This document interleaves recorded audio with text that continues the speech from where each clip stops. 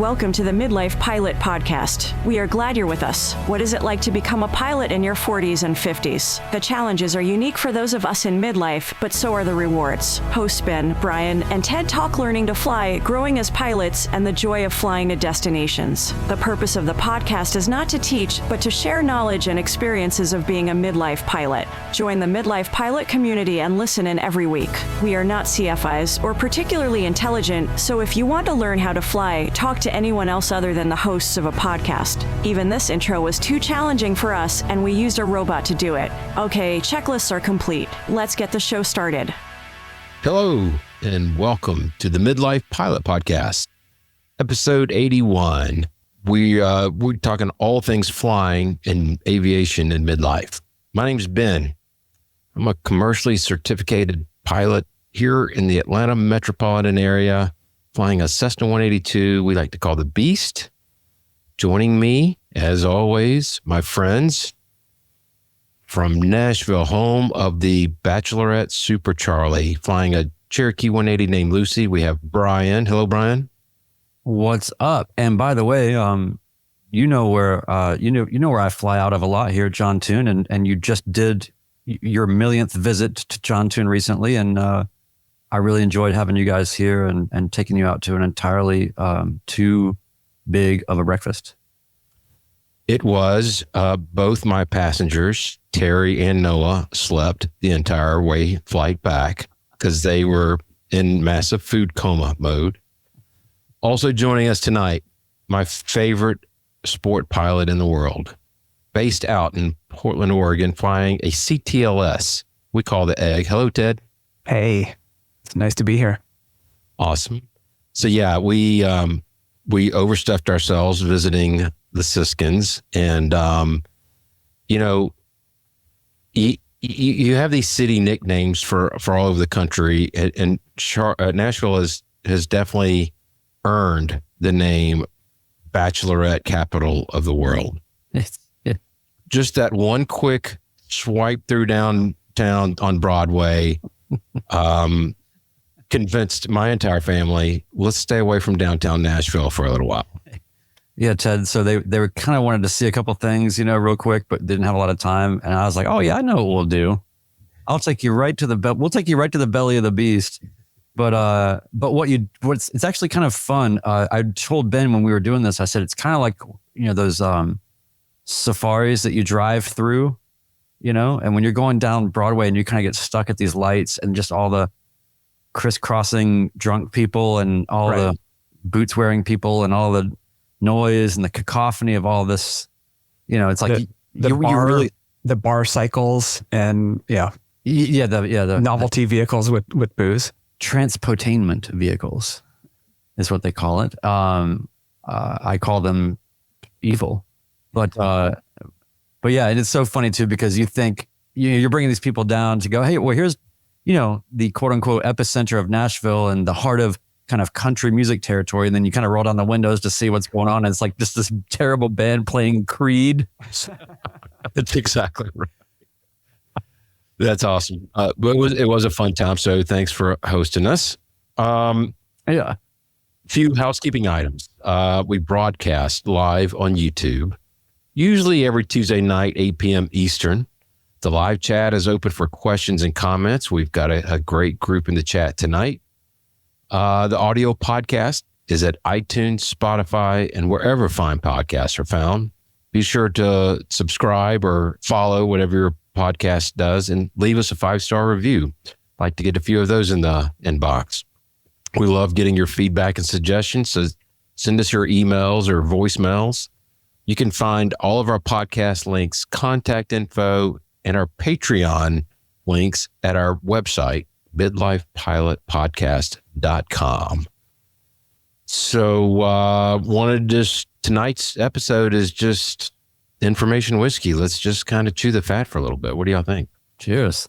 Cheers. So, that was hilarious.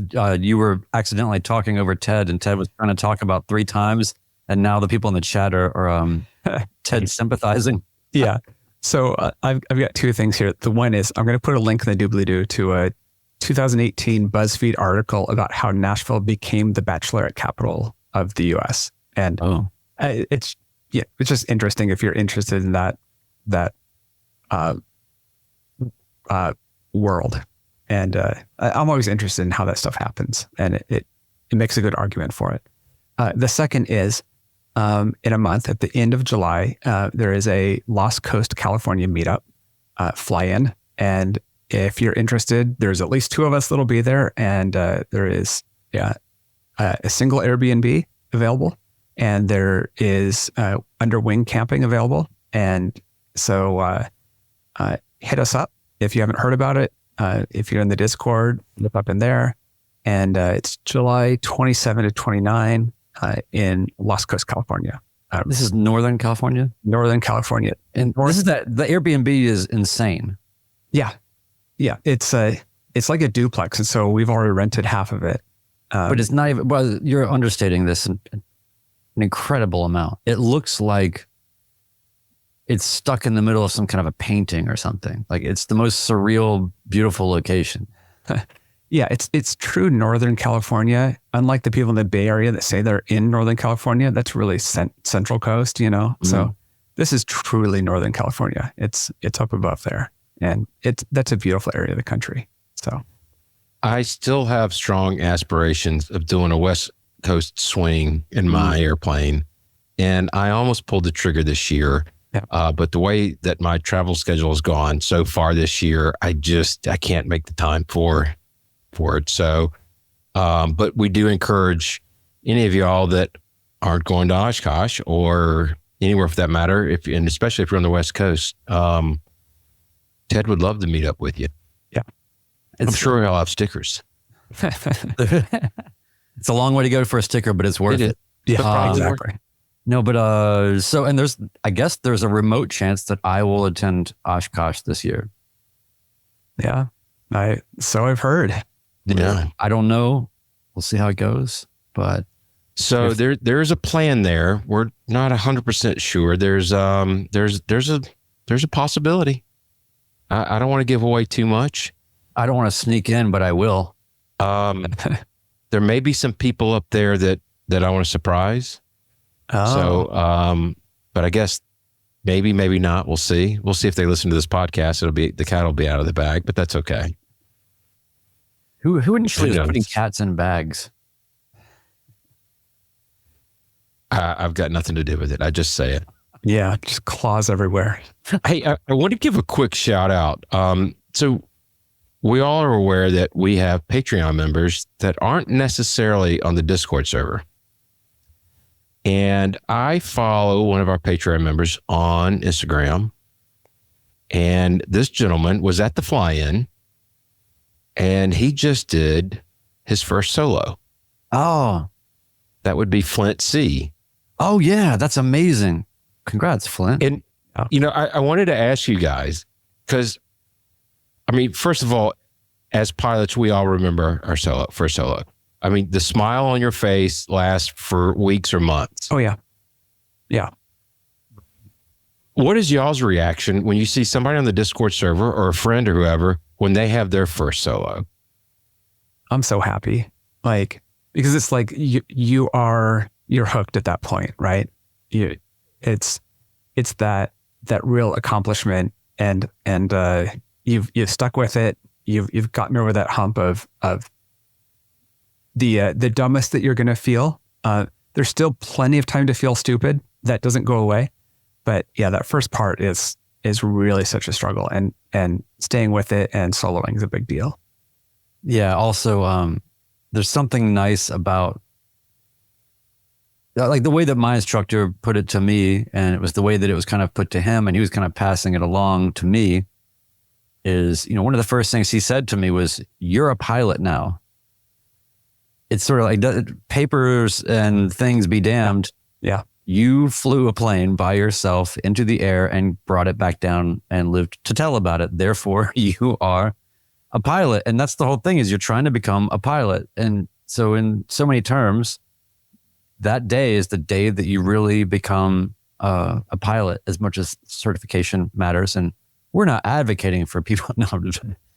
No, but it's just an amazing feeling. And I just really felt, I always feel that whenever I've been around for other people's solos and seeing them coming back to the, from the plane, so I pass that on to them. I always say, you're a pilot now. Chris C says in our chat, it's awesome to see others get there and remember how big a day it was for me. That hit the nail on the head for me. My comment is whenever I see somebody do it, I instantly recall images in my head of my first solo and how happy it made me and just the experience overall. So when we reach out to you on Discord or Instagram or whatever it may be, it's awesome. I mean, it's special. And when somebody passes a check ride, it's a very similar feeling that you get. So Flint C, very proud of you. Congratulations, buddy. That's awesome. Cheers. Hang on from here. That's because the rest of the training is going to go by pretty quickly. So, yep, I'll drink. That's the other part of it, though, actually, is that you're excited for the person, but it's also really fun to see how, because people will tell you things are really going to speed up. You're going to be check ride prep before you know it. And you're just so amazed that you even just did that. You can't even see really that incline. And so I don't know, there's something really cool about that, to just tell somebody the same thing, but know that they can't really understand what you're saying, but they're going to know it soon, which means, first solo is almost, it's like you're 3/4 done, Right. Although I feel like maybe the equivalent is, it's like you've just had a baby and you're like, great, I got through all this effort to pregnancy. And you're like, oh, here we go. Just wait. The ride begins. So pretty soon you'll be having to do things like coaching your children to only drink low octane beer. Yes. Fortunately, my kids have picky tastes. They don't like IPAs. They're sticking with their Coors Light and their Miller Lights. Hey, listen, I don't have any children, but let me tell you something. I got to have a little bit of a vicarious father experience when I got to take Noah, your son, and give him the keys to my 1985 Toyota MR2, and I get in the passenger seat and watch him just send the RPMs into oblivion back up to the airport. He was so thrilled, and it was like, I don't know, I just felt like, I don't know. It's kind of like maybe when your kids get to a certain age and they realize that your record collection is actually astounding, or something. It's like, this thing you've had is actually really cool. But he loved it. It was such a great experience. And to watch him light up, that was a blast. He is still talking about it. Noah's very much into cars, and not the hyper cars. He is into these, I would say, from the mid 80s through the mid 2000s. Yeah. He loves it. He drives a 2001 Honda Prelude. He's about to do an engine swap in it. He's totally into it. And when he texted his friends that he got to drive your car, I mean, his Discord server blew up. He's still talking about it. So thank you very much for that. You definitely scored points. So if you need some mechanical help or something, I think he'd be willing to. Yes. He's going to ask me to fly him up there, and then I'll come and work on it. Oh, probably. yes. Mobile mechanic. nice. That's it. Yeah. That's it. No, that was awesome. So we also wanted to mention tonight, discuss a little bit about more our Patreon account. Is that what you call it? Today we released a bonus audio to our Patreon members. Video audio. Yeah. Yes. Thank you, sir. And even when you and Chris were doing the podcast, throughout this podcast, 81 episodes, we have referred to the book, The Killing Zone, many, many, many times. It may be the midlife pilot manifesto, if you will. And there we go. Brian's holding it up for the visual for the YouTube audience. Book by, it's Scott Craig. Is that right? Paul Craig. That was close. Yeah. It's, if you haven't read it, we're here to tell you, you need to read it if you're a pilot. And we talk about a very specific section of the book and just kind of bat things around. As we always disclaim, we're not instructors or accident investigators, or it's nothing like that. but we kind of recount things that we faced that was similar to the accident that was in the book. Not that we had an accident, but it's personalizing it. Is that a good way to say it, Brian? Yeah. I mean, ultimately, it's nice to have a record of truth like that book, that is written from a position of authority and credentials. And so to use that as a springboard to not only read from particular incidents and probable causes, but also to go further and see the context that the author provides and how they weave that together. I think it's great as an exercise to just open it up, right? And not just read it all and have it all in your own head as an individual, but to actually, read it out loud and then speak about it. And then that can lead to sort of tangential conversations and things. And so I think that what we're going to be doing here is, we started today on page 49, which is really just kind of where the incident and accident kind of breakdowns start to happen. And we're just going to go through as far as we can go.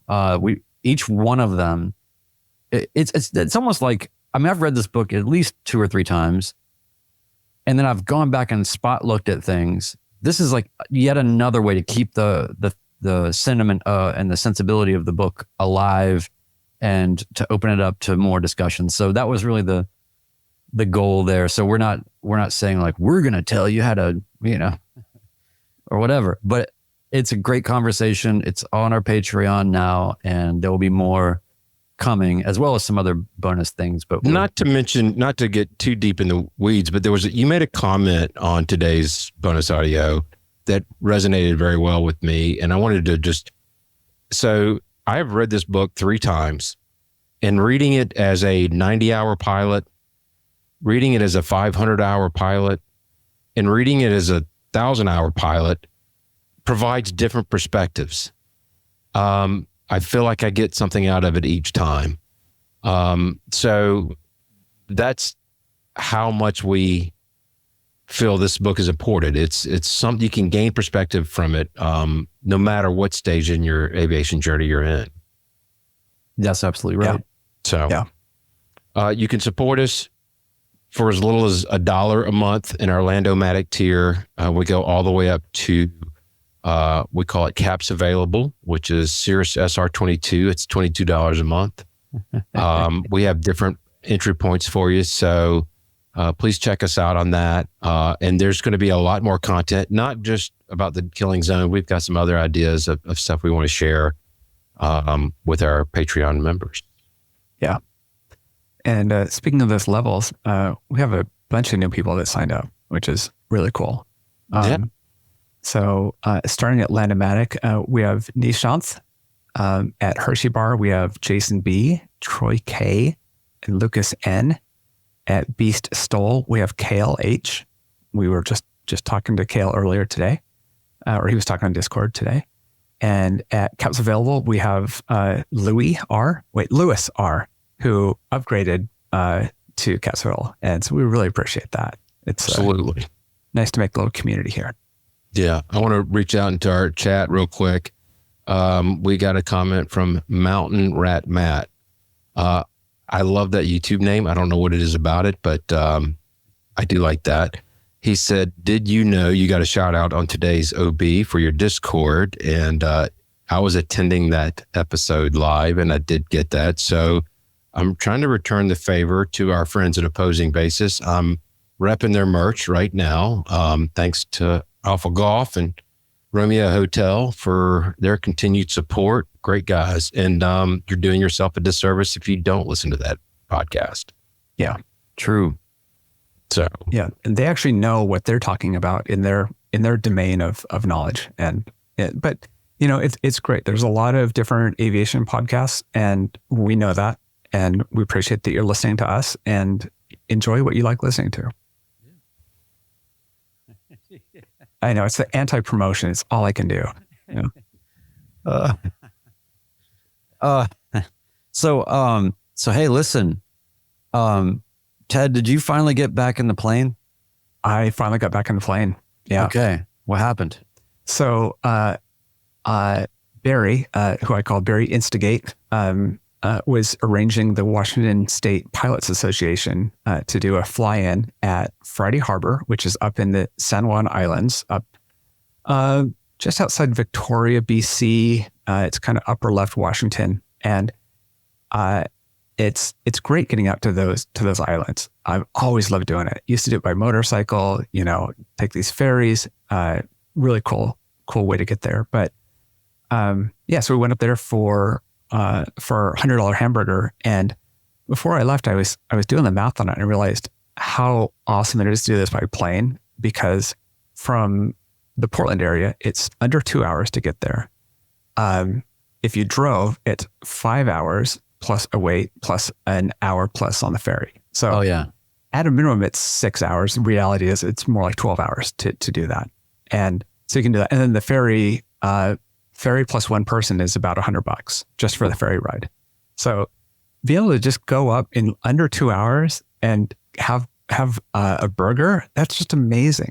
So yeah, we had a good time going up there. And I was sitting next to a guy as we're eating lunch, and you guys talking, I realized that he knows about the podcast. And I got his name. I didn't really think about it, but his name is Aaron R. Aaron is a Patreon supporter as of about a month and a half ago. And I didn't know that until today even. And it was really cool to get his story and kind of, compare notes. And he trained out of Barry's airport and is doing some more work right now. And cool. So, what a great, all the paths that cross and, Yeah. Sometimes I'm skeptical of the serendipitous nature of the aviation community, right? Because it's like I saw a thing. I had not really looked too much at the Reauthorization Act details. And so I was kind of just looking at some of that stuff recently. And I learned that since the inception of basic med, there's approximately 80,000 pilots that have taken advantage of basic med. And I just thought, that's really that's a lot of people for a successful program, but it's really not a lot of people for just in general, it's, I don't know. So I just have all these moments where I just realize how small it is. For sure. Yeah. How many certificated pilots are there? That's kind of really the question, which I don't know the answer, but yeah. So any, have you been doing flying, Brian? Yeah, well, so a few days ago, I guess it was. By the way, it's, just like I'm sure it is where you are, Ben. It's like 1,020 degrees. Yeah. Have you seen the thing where, people are doing mailbox lasagna? Wow. Here in Atlanta, we call it the season of hell's front porch. Yes. Because that's what it feels like. But yeah, the mailbox lasagna is a thing. Yeah. And they say, be sure to use fully cooked meat. I'm like, I'm not sure you need to. I'm really not sure you need to cook it at all. I think it'll do just fine. But yeah, so did some flying. The main thing I did that was great is, and for a lot of people, this may not be a huge deal, but I have never landed on a grass strip outside of my tailwheel experience. And so in the tailwheel, I was in a plane with bush tires on it, or whatever. But I had not taken my plane and landed it on a grass strip yet. And it's not that I've been avoiding it. It's just been a matter of opportunity and priority and whatever. And so I went down to Tullahoma explicitly to do just that, because everything was just kind of perfect to do it. And, I don't know if you guys have ever experienced this. I'm sure that you have, but there's something about when you're about to go out flying and you have the option to kind of go, you're not looking to make a trip. You just want to go fly. And we've talked about, things you can do, right? And it's a perfect example, but it feels so good to go, okay, what is something productive that I can do that can broaden my horizons a little bit or give me a little bit more experience in a certain way or whatever. And so just to sit there and go, you know what, I'm going to do this today because I'm just looking at what's available and this is what's going to work. and go and do it and then get back and go, I did that thing and it went great. I don't know, it's very satisfying to sort of choose something on a kind of a to-do list of things you want to accomplish and just go do it. Plus, I did it early enough in the morning because it's so stinking hot that nobody was really out. So it was one of those nice, pretty early morning flights where, yeah, it's kind of funny around here. Early morning on the weekend seems like it'd be really relaxing, and it is, except for around B&A because all of the departures, all the bachelorettes are going home. Yes. So it can be. It's strange to get to the airport. There's kind of like nobody. To get to John Tune, there's really not anybody around. It's all very quiet. There's still lilting little mist, of the morning, and then you get on the radio. The B&A, they're just like there's no, not a breath being taken. But anyway, once you get outside of that, went down, Tullahoma, where we visited for the fly-in and all that, and landed on runway 27 down there, which is, it's like a 3,000 foot grass strip. It's pretty great. And then I went over to, there's another airport that's right there. It's Shelbyville, and that's where all the MTSU training is. And it is usually just a hornet's nest hellscape of training aircraft that I try to avoid by at least 15 miles at all times. And I've never landed there because it's just like, I avoid it. So on the way back, I went and just landed there. So it's just, I don't know. I love those days where you're just kind of just doing whatever. So I have a question. Was there dew on the grass? Was the grass wet when you did it at Tullahoma, landed? Yeah, probably a little bit. But it's pretty flat there too, though. Yeah, it's a pretty good surface and everything. And it's been so hot that, if anything, I was concerned about just how, if it might have been kind of dried out and maybe baked. Yeah. Flammable. I asked the very first time I landed on a grass runway was at Peach State Aerodrome, where Barnstormers is. Still one of my favorite grass strips to go into. But I had Evan with me, my youngest child, and it's a 1-3-3-1, and it's sloped. And the 3-1, it's downhill. Not only that, you have to clear a tree and then drop it in, and then you're going downhill. And I had studied this. I was prepared for it. I knew I was going to have to drop it down. The runway's it's over 2,000 feet, so I really wasn't worried about the length. It was on my mind, but I wasn't worried about it. And I get it down, whenever you land on the grass, it's going to be pretty smooth. You got to slam it pretty hard to feel it. But it was wet. It was wet from the morning dew. And I remembered maybe doing a little drifting unintentionally as I'm going downhill and trying to slow the airplane. And it was something that I didn't take into consideration when I'm landing on grass. Is it wet or not? And from that point on, from that point on, I definitely make sure I do a flyover and see if it's wet or not.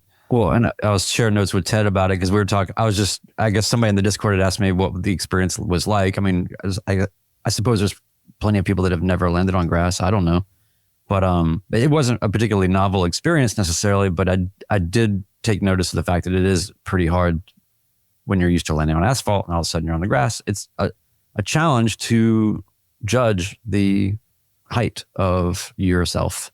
So off the ground as you're coming in and in ground effect, it's a little bit strange. So you really have to rely on your peripheral vision. And so Ted was like, this is what I was trying to tell you about these beach landings, which I can't imagine.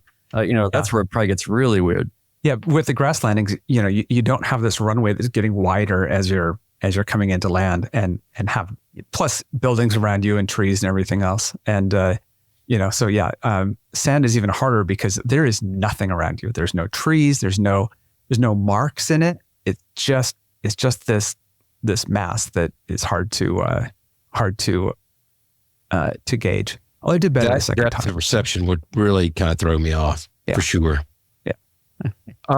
We got a couple other things we're going to go over tonight. Our friend Josh M., longtime friend of the show and supporter of the show, had something going on with him and his beautiful Cirrus SR22. Yeah. And Ted, I believe you had an opportunity to interview him about that. Is that correct? Yeah, I did. You want to set that up? Yeah. Well, it was actually last week we had an interview with him, and I did like a two-parter with him, and because I really wanted to hear the story of this emergency that he had in the plane, and so we gotten on and chatted about it at length, and so he sets it up pretty well. So let's just play the clip. So you want to go through the narrative of what happened? Yeah, I was flying from Cape Cod to Pittsburgh. It's a normal flight that I do many times, and was just in between waypoints on autopilot, flying IFR, but in visual conditions, and suddenly a vibration started, and it was pretty severe and sudden. It was like it started at one specific point, and that phantom, did that just get a little worse before when I'm flying? We've all feel that, like you start listening a little more closely and wondering if something changed. This was not that at all. It happened. So that was good in a way. It was like a distinct, there's no questioning it. So my heart immediately started racing. I was getting that anxiety feeling of, holy crap, what do I do? This is something is really going wrong.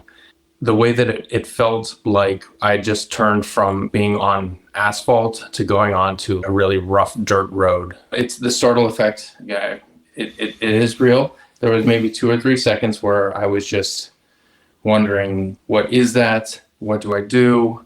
Is this going to be bad? And then I've got a checklist for this, right? So it's okay. And it's right in my lap. I have my checklist there, emergency checklist into engine partial power or rough running, and mess with the mixture, mess with the throttle. I noted that as I throttled back, it got less pronounced, the vibration, but it didn't go away by any stretch.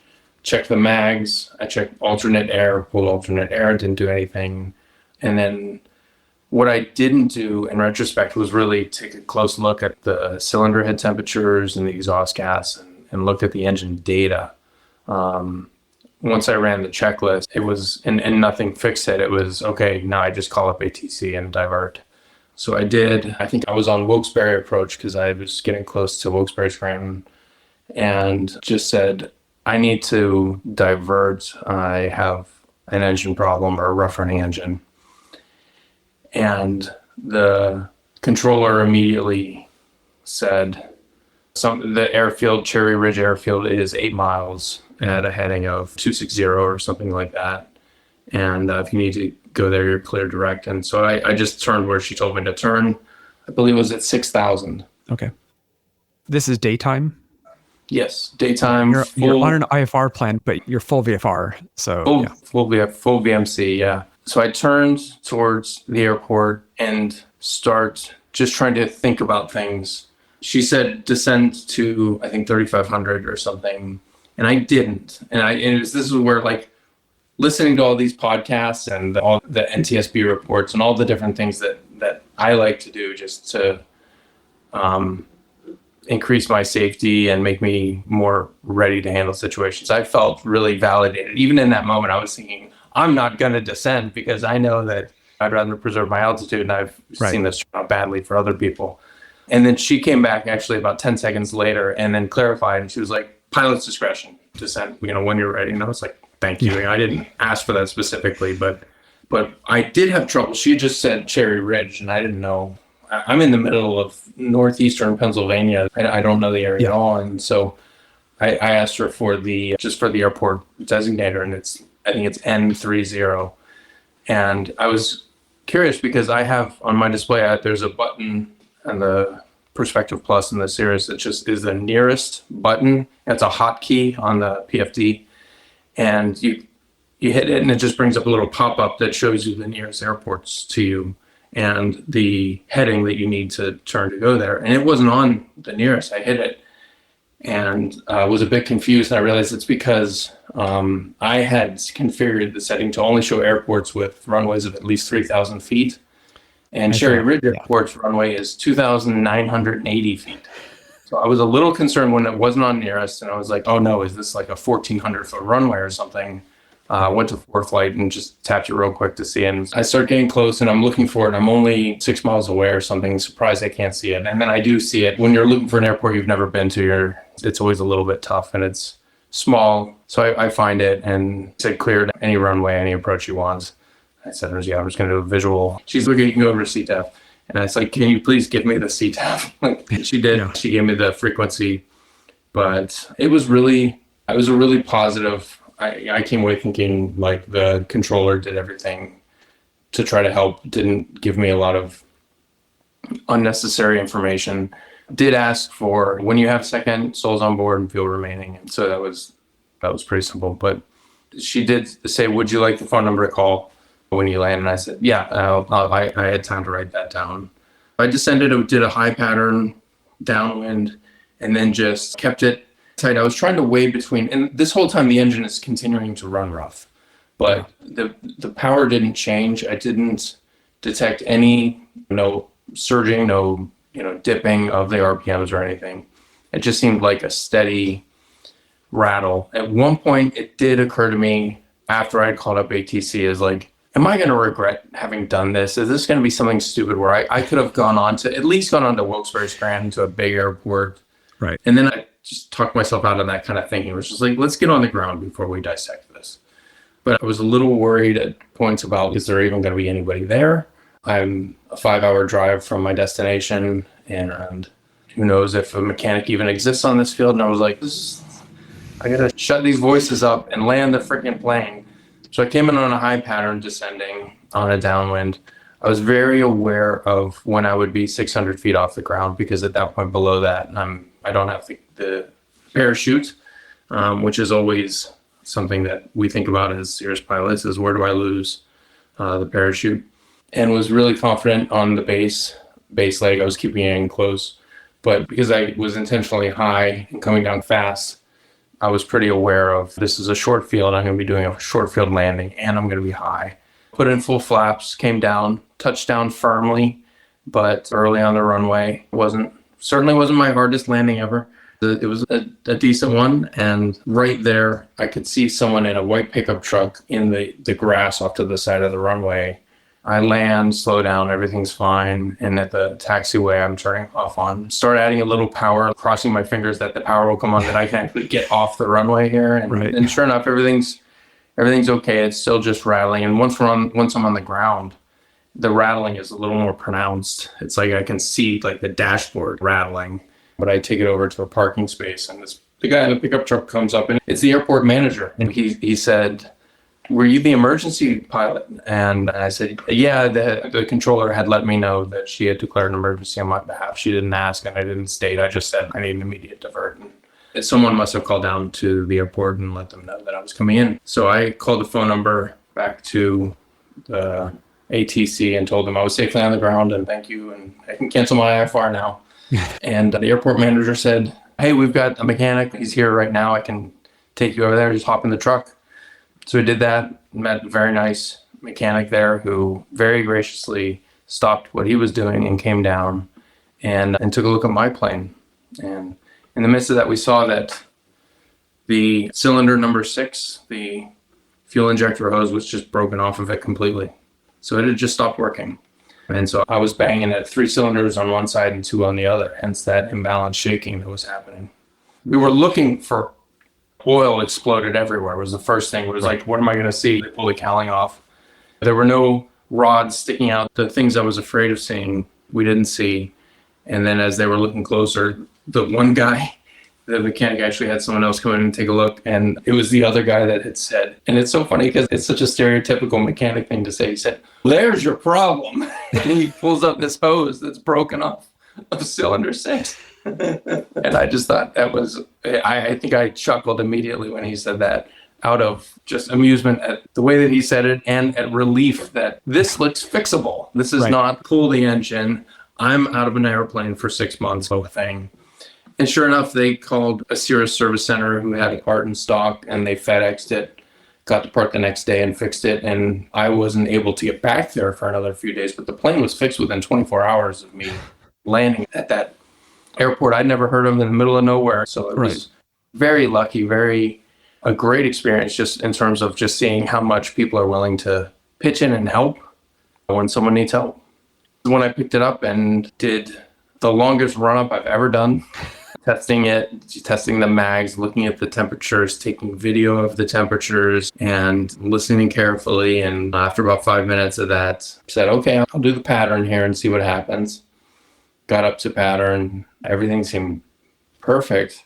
And so I just kept climbing in the pattern and then just went on my way home. Yeah, it was a positive experience, for as positive an experience as emergency landing can be, because it gave me confidence that I know what to do in that situation, that the training that we've all gotten to earn our pilot's license sticks, and I didn't panic. I didn't forget things, pulled out my checklist, and it was something that was very simple.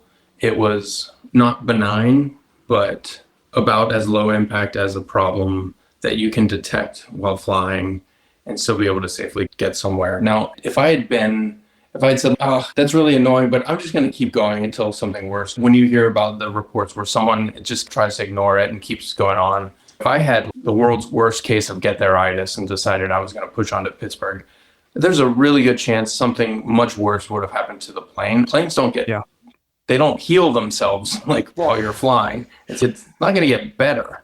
Right. The biggest thing is probably just kicking me in the butt to have situational awareness of where I am. I have it in a broad sense. It's okay, I'm off the Cape Providence. And when I'm on that flight, it's I take off, I'm over Providence, I'm through Connecticut, I'm near New York City, and then I'm at Wilkes-Barre, and then near Penn State, and then I'm in Pittsburgh. Those are the broad areas, but just cutting that down to finer points and just knowing, okay, if I'm in this sector, these are the airports that I want to be aware of. It gave me a new kind of kick to say, I really should be thinking about this. If something bad happens here, where am I landing? That exercise that we're all taught as student pilots. Right.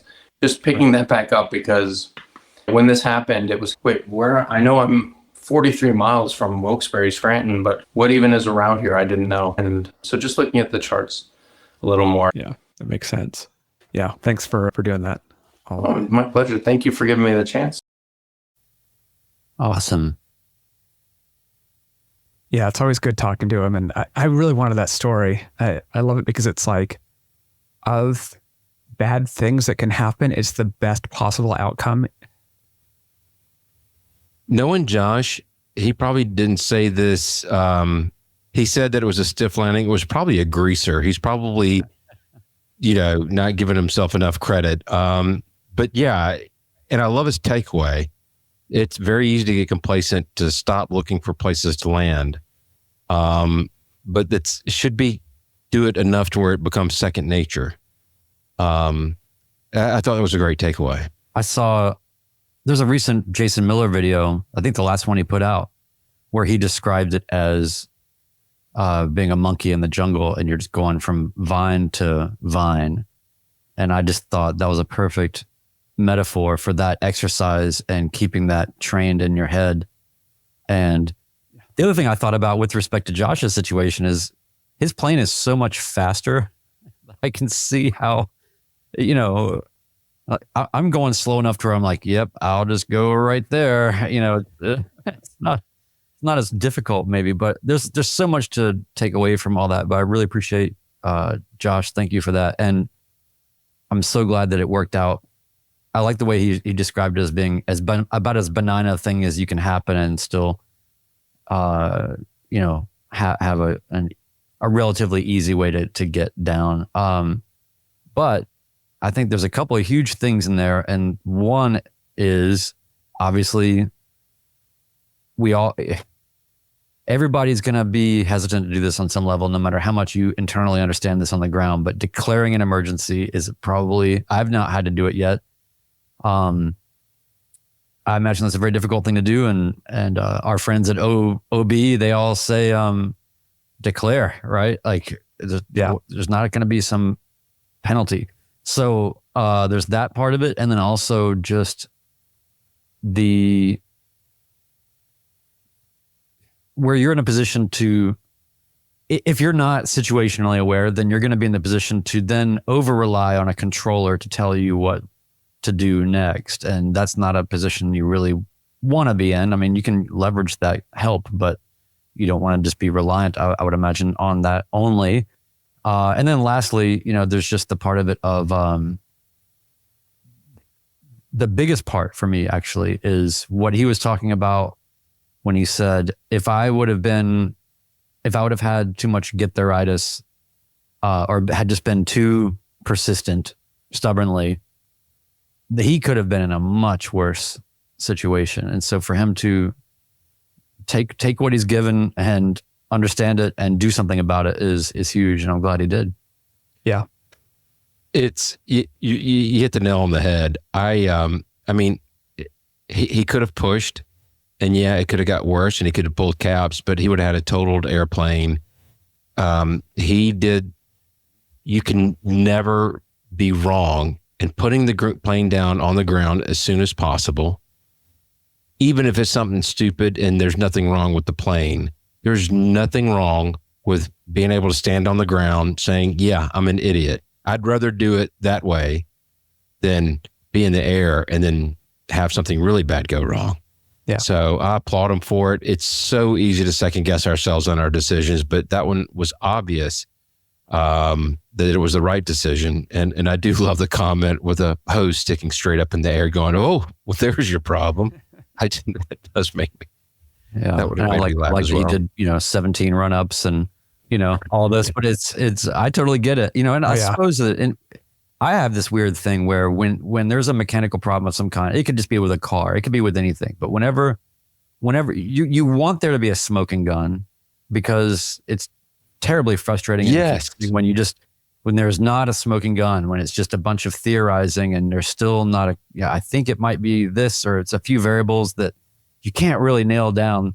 It's so great to have a smoking gun. At the same time, the converse problem there is if I'm in his position, I'm thinking, is this sort of a downstream effect of something else? Or right. I don't know. I'm not in that particular. Well, in the spirit of Josh, I remember when your mags went out in Ocracoke and we got them replaced. I think you probably tested those mags maybe 15, 16 times. I mean, but what you did is no different than what any of the rest of us would have done. We are all going to just sit there and quintuple check it, whatever the number is. That's just going to be human nature. I'm sorry, Ted. I think I interrupted you.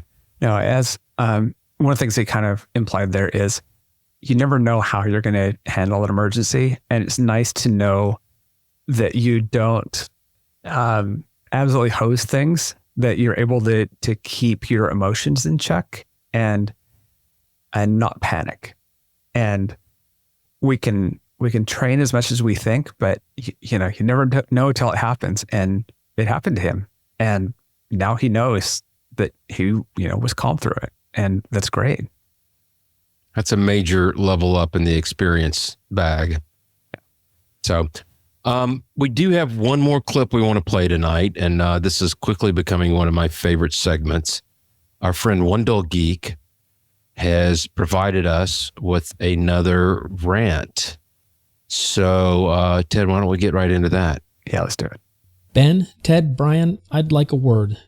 And that word is hangar. Everybody wants one, and there are none available. And let me just start off by saying that in the scope of problems to have, this has got to be at or very near the best types of problems to have. Having enough money and time not only to own an airplane, but also to complete flight training is absolutely a problem that the vast majority of the world can't even begin to fathom. So yes, I realize that this is the ultimate of first world problems.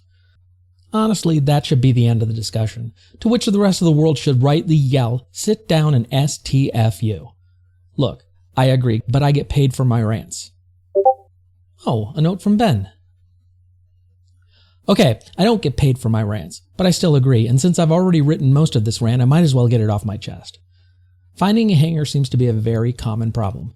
At least that's the situation here in Charlotte, as well as other cities, except possibly West Bend, Wisconsin, where our friend Alyssa somehow managed to get 2 of them. Alyssa, let me speak for many of your hangarless friends. We love you, but we also hate your ever-loving guts. In 2021, I bought my first airplane, a 1964 Cherokee 140, which I called Maggie. And the very first step in the process was to look for a hangar. I called every airport within reasonable driving distance. None were available.